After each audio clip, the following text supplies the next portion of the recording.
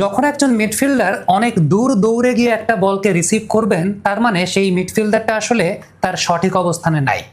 কিন্তু যখনই আপনি পাস করার পর একজন মিডফিল্ডারের পায়ে বলটা দেখবেন এবং তার পরবর্তী সময় পাস দেখবেন এবং তারপরে ফিরতি পাসে আবার তার পায়ে বল দেখবেন, দ্যাট মিন্স ওই মিডফিল্ডারটার নাম হচ্ছে রদ্রি। দ্যাট মিন্স তিনি সঠিক অবস্থানে আছেন। স্পেনের এই টিমটার সেকেন্ড কোচ যদি আপনি আমাকে বলেন, সেটা হচ্ছে রদ্রি, এবং স্পেনের এই টিমটার নিউক্লিয়াস যদি আপনি আমাকে বলতে বলেন, সেটাও আসলে রদ্রি। এবং এই রদ্রিকে পেপ গার্দিওলা আসলে বহু আগে থেকেই চিনেছিলেন যে হি ইজ সামথিং এলস। এবং এই মুহূর্তে আপনি যদি ফুটবল খেলতে যান, আপনার সবচাইতে কঠিন ব্যাটেলটা যেই মিডফিল্ডারের সঙ্গে করতে হবে, তার নাম হচ্ছে রদ্রি। একটা সিকোয়েন্স আমি আপনাদেরকে একটু দেখাই। সেখানে রদ্রির উপর প্রেসিং করা হচ্ছে বা তাকে প্রেসার দেওয়া হচ্ছে। এই সময়টায় তার স্ক্যানিংটা লক্ষ্য করে দেখেন। তিনি স্ক্যানিং করে দেখলেন তার আশেপাশে ওই জায়গাটায় কেউ নেই, জাস্ট ওয়ান টাচে যেখানে প্লেয়ার আছে সেখানে দিলেন, দিয়েই তিনি তার পজিশনের জায়গাটা কিন্তু শিফট করে ফেললেন।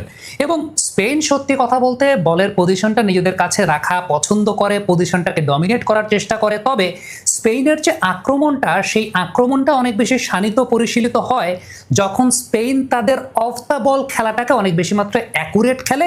সেখান থেকেই তারা পজিশনটাকে ডমিনেট করা শুরু করে। এর পেছনে সবচেয়ে বড় কারণটা হচ্ছে রদ্রি। কারণ স্পেন যে সময় অফ দ্য বলে থাকে, স্পেনের যে নর্মাল ফরমেশন আছে 4-2-3-1, সেটা থেকে মোটামুটি 5-2-3 হয়ে যায়। কেন হয়ে যায়? কারণ রদ্রি তখন দুই সেন্টার ব্যাকের মাঝখানে চলে আসেন। রদ্রি দুই সেন্টার ব্যাকের মাঝখানে চলে আসাতে লাপোর্তে তখন উপরে ওঠার সুযোগ পান এবং কুকুরিয়া মোটামুটি ওই জায়গাটায় পুরোপুরি আনমার্ক থাকেন এবং তার জন্য একটা ফ্রি স্পেস ক্রিয়েট হয় মাঠের এই প্রান্ত থেকে ওই প্রান্তে দৌড়ানোর জন্য। এবং মাইন্ড ইট, এই টুর্নামেন্টে স্পেনের হয়ে অফেন্সিভলি ডিফেন্সিভলি বেস্ট প্লেয়ারটার নাম Cucurella. It's because Rodri defensive player সময় দুই সেন্টার ব্যাকের মাঝখানে চলে আসেন, লাপোর্তার সামনে যাওয়ার সুযোগটা পান, কুকুরিয়া সেই জায়গাটায় ফ্রি থাকেন।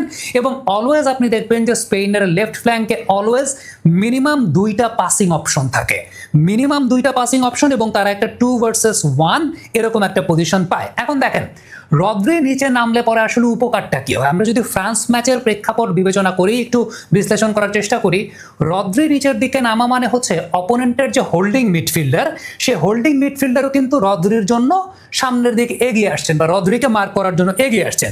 এতে যেটা হচ্ছে, স্পেনের আরেকজন হোল্ডিং মিডফিল্ডারকে ট্র্যাক করার জন্য ফ্রান্সের বা অন্য টিমের সেন্টার ব্যাক সামনের দিকে এগিয়ে আসছেন।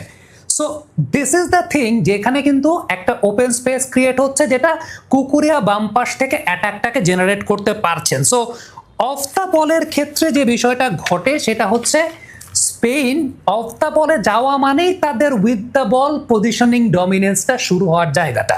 আরেকটা খুব গুরুত্বপূর্ণ বিষয়, যখনই ফ্রান্স অফ দ্য বলে যায়, তারা অ্যাগ্রেসিভ প্রেসিং শুরু করে, এক জায়গায় জটলা পাকিয়ে তারা একসঙ্গে প্রেসিং শুরু করে, কখনো কখনো ডাবল পিভট ইউজ করে প্রেসিং করা শুরু করে।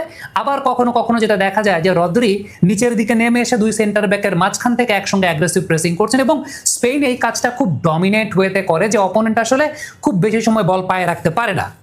আপনি এখানকার সিকোয়েন্সটা একটু লক্ষ্য করে দেখেন ফ্রান্স ম্যাচে, যেখানে আসলে প্রথমে পেনাল্টিটা এর পরবর্তী সময় পেয়েছিল স্পেন। যেহেতু রদ্রি নিচের দিকে নেমে এসেছেন, মাইকেল ওলিসে কিন্তু তাকে প্রেসিং করার জন্য তিনিও কিন্তু অপোনেন্টের অর্ধে চলে গেছেন। এবং তিনি যখন অপোনেন্টের অর্ধে চলে গেছেন, উপামেকানো তাকেও কিন্তু তার জায়গা ছেড়ে বেরিয়ে ওই পাশে চলে আসতে হয়েছে। So that was the reason, পরবর্তী সময় কিন্তু বলটা যখন বাদিক দিয়ে অ্যাটাকটা হয়েছে, একটা ফাঁকা স্পেস কিন্তু স্পেন পেয়েছে।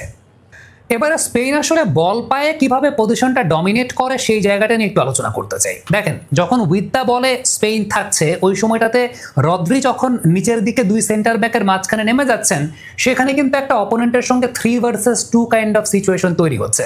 এবং এই 3 ভার্সেস 2 কাইন্ড অফ সিচুয়েশন তৈরি হওয়া মানে আপনি বলটাকে উইন করছেন, বিশেষ করে আপনার দলে যখন কুবার্সি নামক একজন ডিফেন্ডার আছেন, সেন্টার ব্যাক আছেন। সো আপনি আউট অফ 100 কেসেস, আপনি 95 কেসেস আপনি বলটাকে আসলে উইন করছেনই। এবং এই উইন করার পর ধরেন রদ্রির কাছে বল, রদ্রি সেটাকে লাপোর্তাকে দিলেন, লাপোর্তা ওই জায়গাটায় বলটা নিয়ে সামনে এগিয়ে গেলে বাম পাশে কুকুরিয়া কিন্তু ফ্রি। সো কুকুরিয়ার কাছে ওই জায়গাটায় পাসিং অপশনটা ইজি ক্রিয়েট হয়ে যায়। কুকুরিয়া যদি বলটাকে বেশিক্ষণ টানতে নাও পারেন, in the meantime Rodri কিন্তু আবার মাঝখানের দিকে চলে এসেছেন, সেই জায়গাটায় লাপোর্তে রদ্রি দুইটা পাসিং অপশন সেখানে একদম প্রিপেয়ার্ড। সো রদ্রি সেই জায়গা থেকে ভার্টিক্যাল পাসিং এবং সেই সঙ্গে তার রান সবকিছু মিলিয়ে পেনাল্টি এরিয়ার ভেতর পর্যন্ত কিন্তু সেখানে বল ডেলিভার করতে পারছেন। সো স্পেনের খেলার নেচারটা যেরকমই হোক না কেন, রদ্রি এই টিমটার নিউক্লিয়াস এবং তারা যেভাবে আসলে অ্যাটাক জেনারেট করে থাকেন, উইদাউট দ্য বল যখন তারা থাকেন তখন যেভাবে তারা খেলাটাকে গোছান, এরপর পজিশন ডমিনেশনের যে সময়টাতে, ওই সময়টাতে ultimately under the leadership of Rodri, আমি বলবো যে তাকে এই টিমের আসলে সেকেন্ড কোচটা তিনি, এইভাবেই তিনি কিন্তু অ্যাটাকটাকে জেনারেট করে থাকেন। এখন আর্জেন্টিনার সঙ্গে ম্যাচে ব্যাপারটা কিন্তু অনেকটা বার্সা ভার্সেস বার্সা।